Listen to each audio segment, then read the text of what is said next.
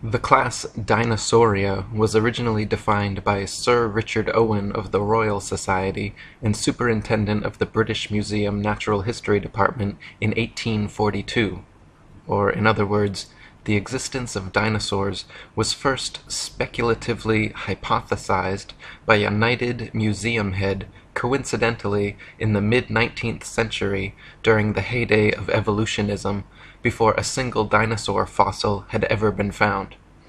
The Masonic media and mainstream press worldwide got to work hyping stories of these supposed long-lost animals, and then, lo and behold, 12 years later, in 1854, Ferdinand van de Veer Hayden, during his exploration of the upper Missouri River, found proof of Owen's theory. A few unidentified teeth he mailed to leading paleontologist Joseph Leidy, who several years later declared them to be from an ancient, extinct Trachodon dinosaur, which, beyond ironically, means rough tooth.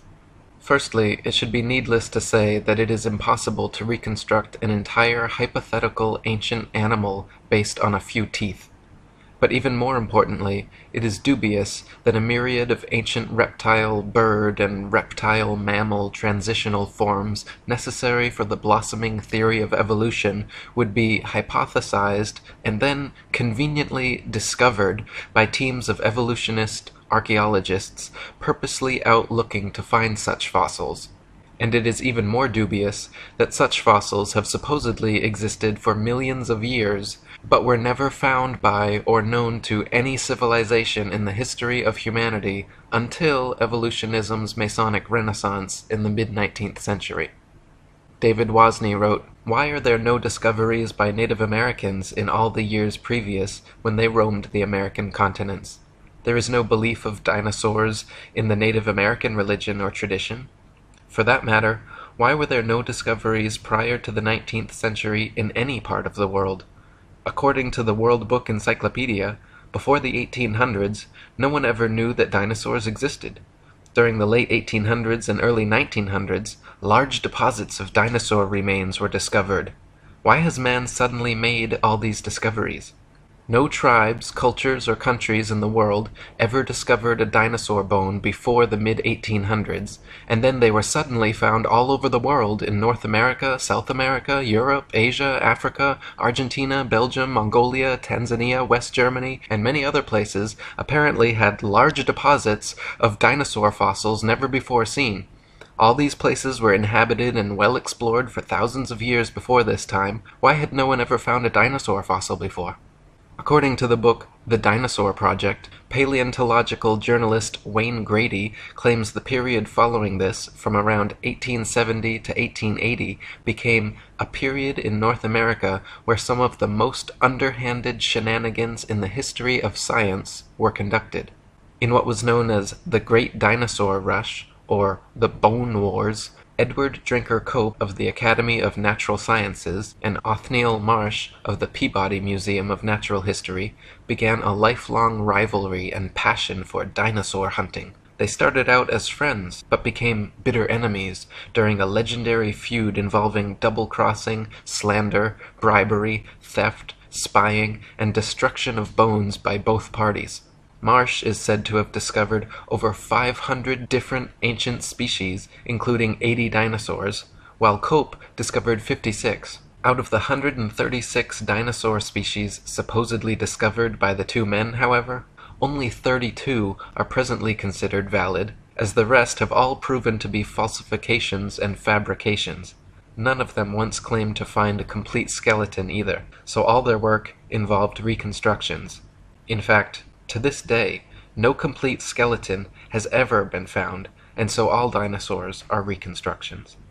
David Wozni wrote, "Discoveries and excavations seem not to be made by disinterested people such as farmers, ranchers, hikers, outdoor recreationists, building construction industry basement excavators, pipeline trench diggers, and mining industry personnel, but rather by people with a vested interest such as paleontologists, scientists, university professors, and museum organization personnel who were intentionally looking for dinosaur bones or who have studied dinosaurs previously. Finds are often made during special dinosaur bone hunting trips and expeditions by these people to faraway regions already inhabited and explored. This seems highly implausible. More believable is the case of the discovery of the first original Dead Sea Scrolls in 1947, which were unintentionally discovered by a child and which were all published by 1955. In some cases of a discovery of dinosaur bones by a disinterested person, it was suggested to them by some professional in the field to look or dig in a certain area. Also very interesting to note are special areas set aside and designated as dinosaur parks, for which amateur dinosaur hunters are required to first obtain a dinosaur hunting license. Whatever destination these establishment-funded archaeologists and paleontologists set, it seemed they found incredible numbers of fossils in tiny areas. In one of the largest dinosaur excavation sites, called the Ruth Mason Quarry, over 2,000 fossils were allegedly discovered. Casts and original skeletons assembled from these bones are currently on display in over 60 museums worldwide.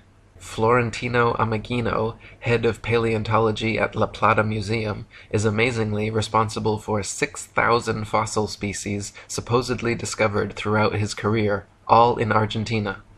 Dinosaur hunter Earl Douglas sent 350 tons of excavated dinosaur bones to the Carnegie Museum of Natural History throughout his career, all coming from the Dinosaur National Monument in Utah.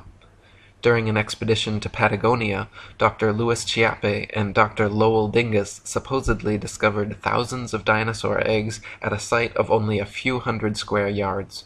Many experts have mentioned how such finds of huge quantities of fossils in one area by just a few highly invested individuals goes against the laws of natural probability and lends credence to the likelihood of forgeries or concentrated planting efforts. David Wozni wrote, "Dinosaur bones sell for a lot of money at auctions. It is a profitable business. There is pressure for academics to publish papers. Museums are in the business of producing displays that are popular and appealing. Movie producers and the media need to produce material to sell to stay in business. The mainstream media loves to hype alleged dinosaur finds. Much is to be gained by converting a bland, non-dinosaur discovery of a bone of modern origin into an impressive dinosaur find and letting artists' interpretations and imaginations take the spotlight rather than the basic, boring, real find.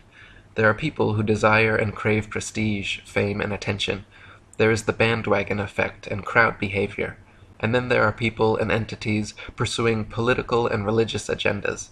Highly rewarding financial and economic benefits to museums, educational and research organizations, university departments of paleontology, discoverers and owners of dinosaur bones, and the book, television, movie, and media industries may cause sufficient motivations for ridiculing of open questioning and for suppression of honest investigation.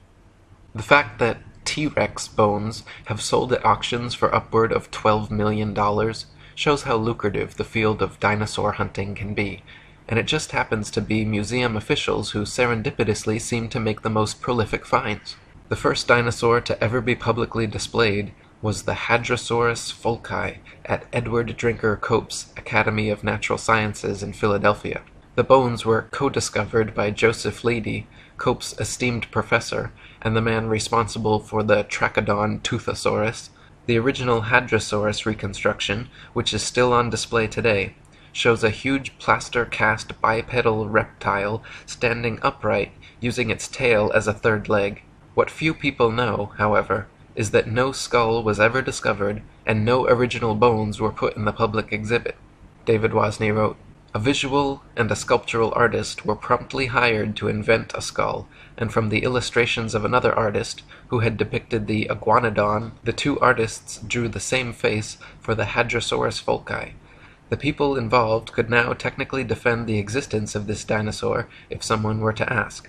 The stunt worked out so well and fooled the public so thoroughly that they could later change the head of the creature without anyone noticing.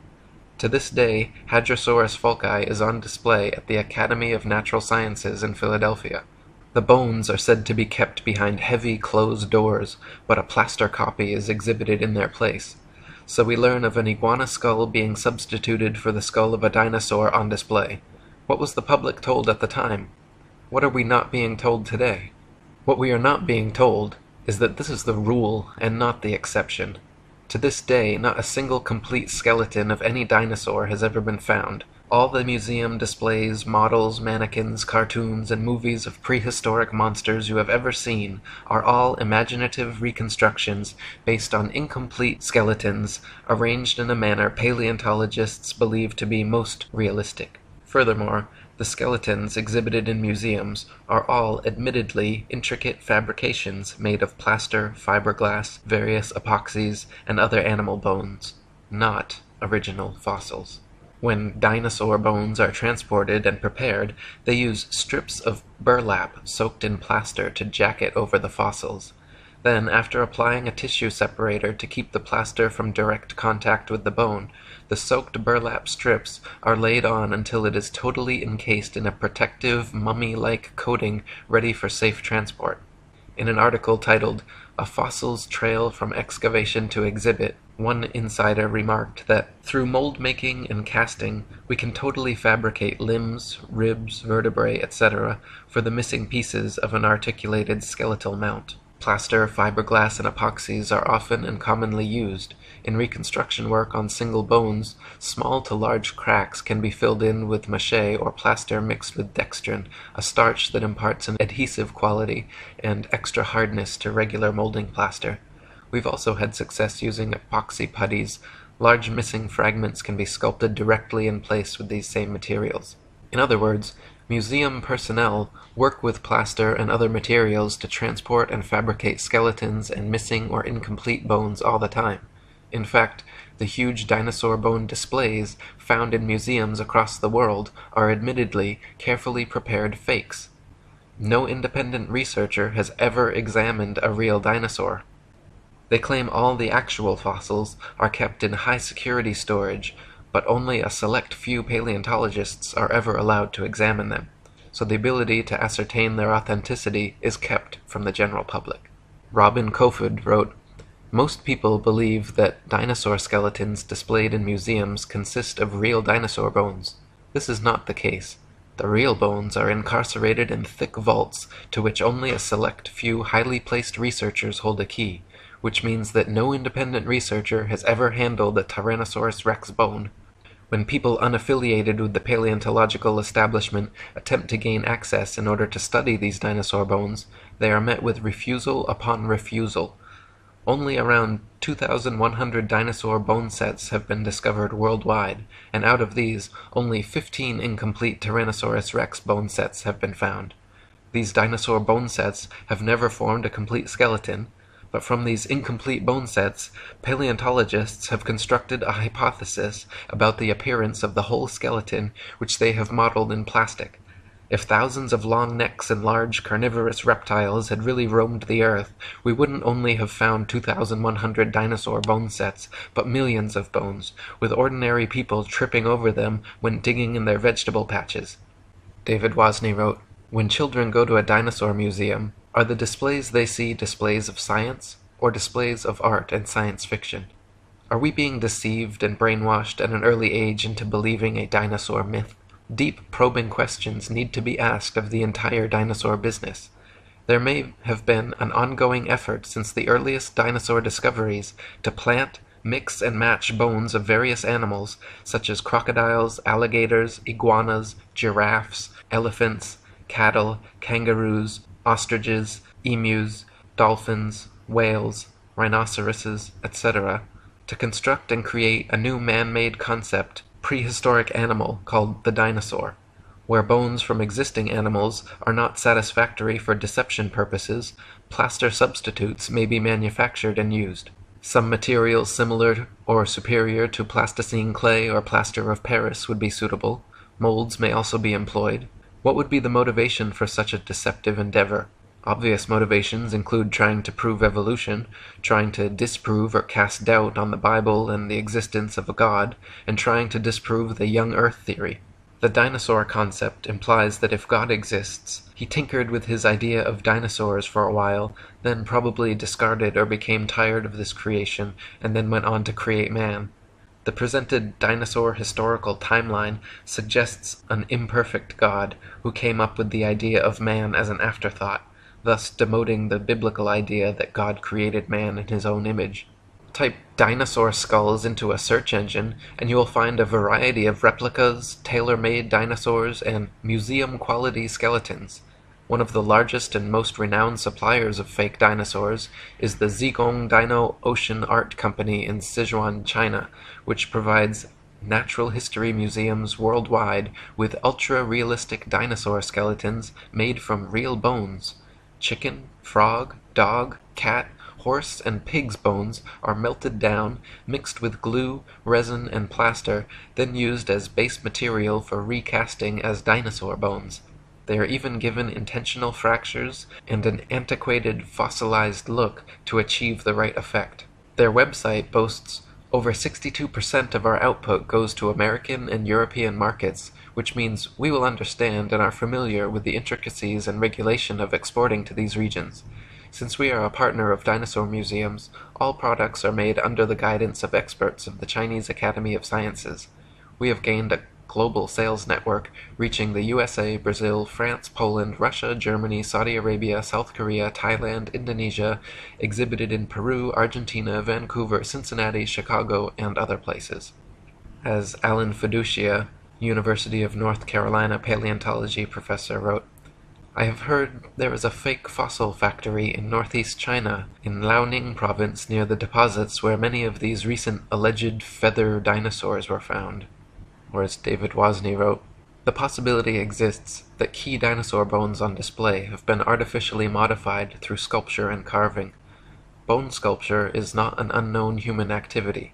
Many cultures participate in creating man-made objects out of existing bones, totally unrecognizable from the original shape. Is the dinosaur industry a customer of this sort of business? Is it possible that dinosaur skeleton replica are secretly assembled or manufactured in private buildings out of public view, with bones artificially constructed or used from a number of different modern-day animals? Why bother having any authentic original fossils at all if alleged replicas please the public?" Another problem with dinosaurs is their unnatural structural dynamics. Many dinosaur skeletons and reconstructions feature bipedal monsters like the T-Rex with a forward-leaning torso and head far larger and heavier than its counterbalancing tail. Many museum displays cannot even stand up under their own weight. It is highly unlikely that beasts this large and disproportionate could exist at all. The loads acting on their skeletons are so great that calculations indicate the bones of the largest dinosaurs would buckle and crack under their own immense weight. Experts have also pointed out that dinosaurs would have to have moved much slower than portrayed in movies to prevent sudden shocks to their skeletons.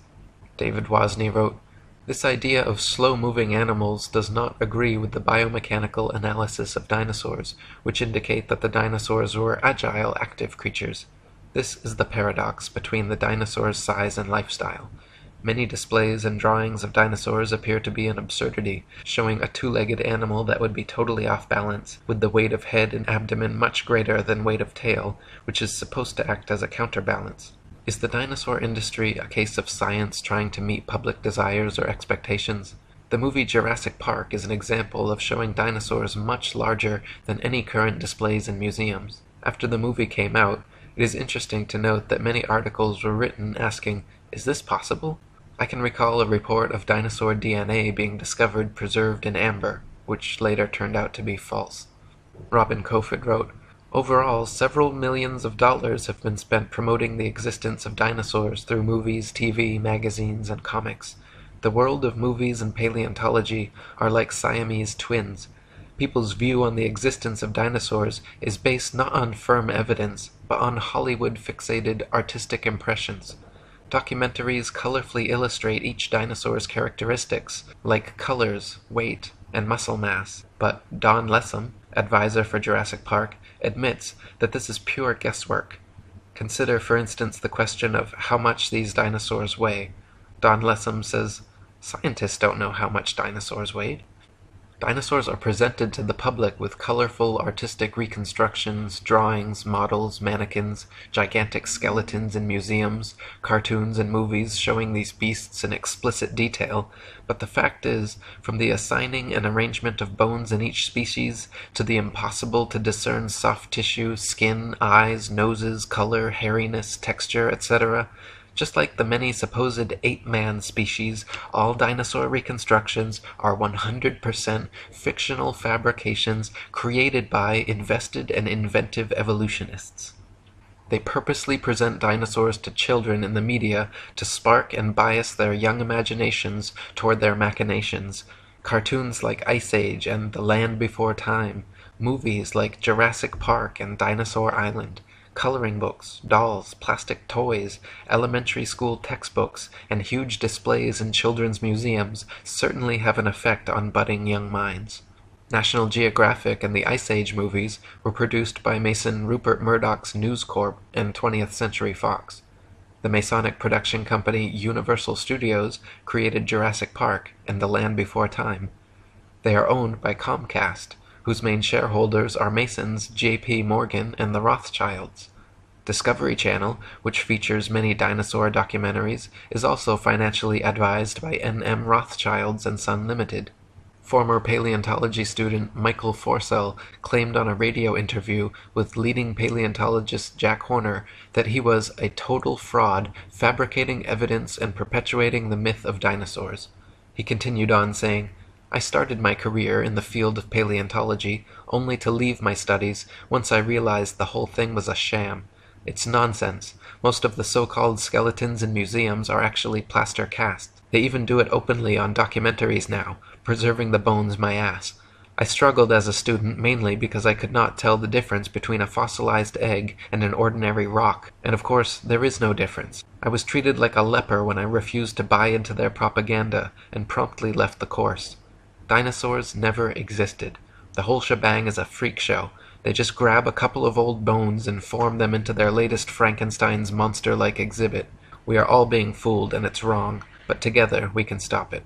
Many claim that since dinosaur fossils have been radiometrically dated to be tens of millions of years old, that their authenticity is thus proven. The fact is, however, that the methods used to date dinosaur fossils involve not measuring the actual fossils, but the rocks near where they are found. Most fossils are found near the surface of the Earth, and if a modern-day animal were to die in the area, paleontologists would be likely to date them the same age.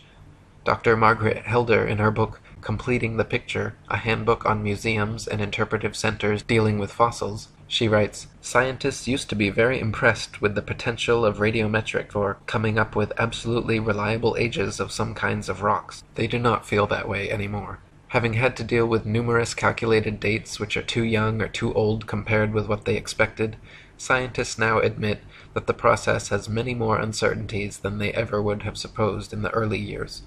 The public knows almost nothing about uncertainties in the dating of rocks.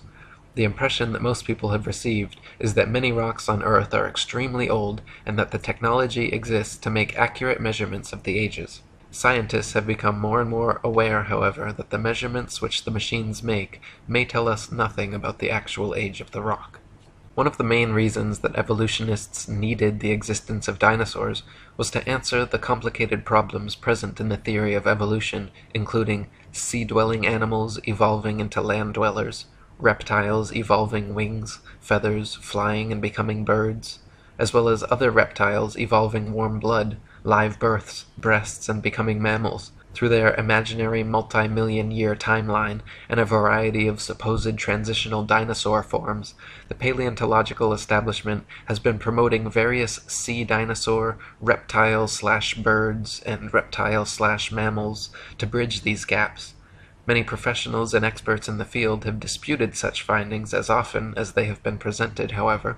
Dr. Storrs Olson, a Smithsonian Institute scientist, wrote, "The idea of feathered dinosaurs and the theropod origin of birds is being actively promulgated by a cadre of zealous scientists acting in concert with certain editors at Nature and National Geographic, who themselves have become outspoken and highly biased proselytizers of the faith. Truth and careful scientific weighing of evidence have been among the first casualties in their program, which is now fast becoming one of the grander scientific hoaxes of our age.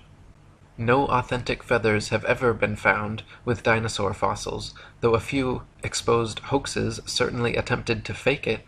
Dr. Olson called the adding of feathers to their findings hype, wishful thinking, propaganda, nonsense fantasia, and a hoax.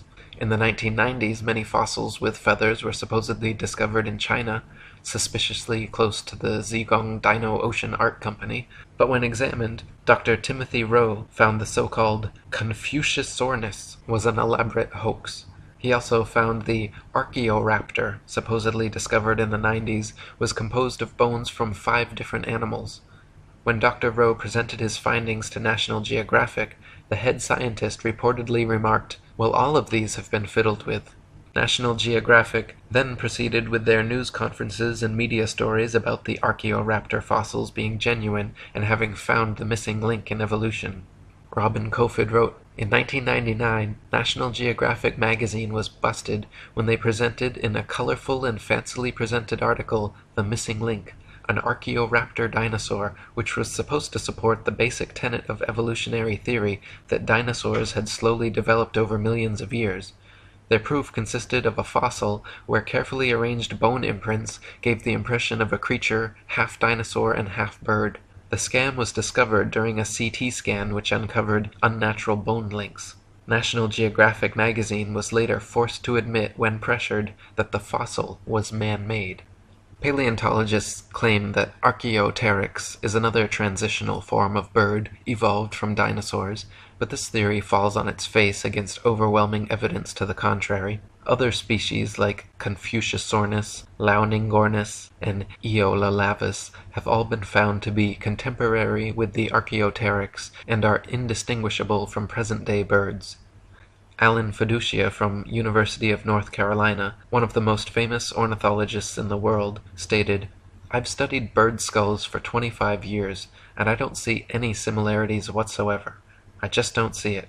Theropod origin of birds, in my opinion, will be the greatest embarrassment of paleontology of the 20th century." Larry Martin from the University of Kansas, a paleoornithologist, says, "To tell you the truth, if I had to support the dinosaur origin of birds with those characters, I'd be embarrassed every time I had to get up and talk about it." Even if dinosaurs did evolve into birds to fill their evolution gap, it does not explain how something like the common housefly could have evolved. Flies flap their wings simultaneously 500 times per second. Even the slightest dissonance in vibration would cause them to lose balance and fall. But this never happens. How could they evolve such an amazing and specialized ability?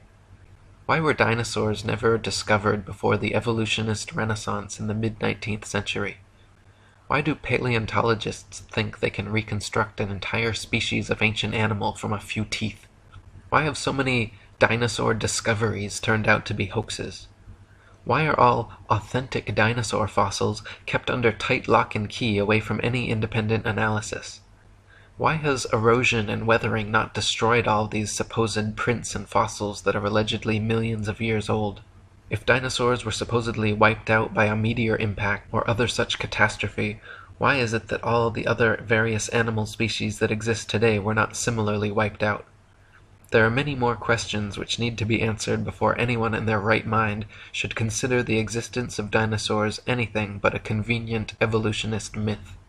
Robin Kofod wrote, "The paleontological establishment can control which hypotheses will be constructed through textbooks and the curriculum. In this way, students are brainwashed into a pseudo-reality controlled by text material and the teacher's authority. A short practical example. A random dental bone is found at an excavation site, and from this dental bone, the rest of the skeleton is guessed at. We are not kidding about this. The entire dinosaurian field of the paleontological program is a sham."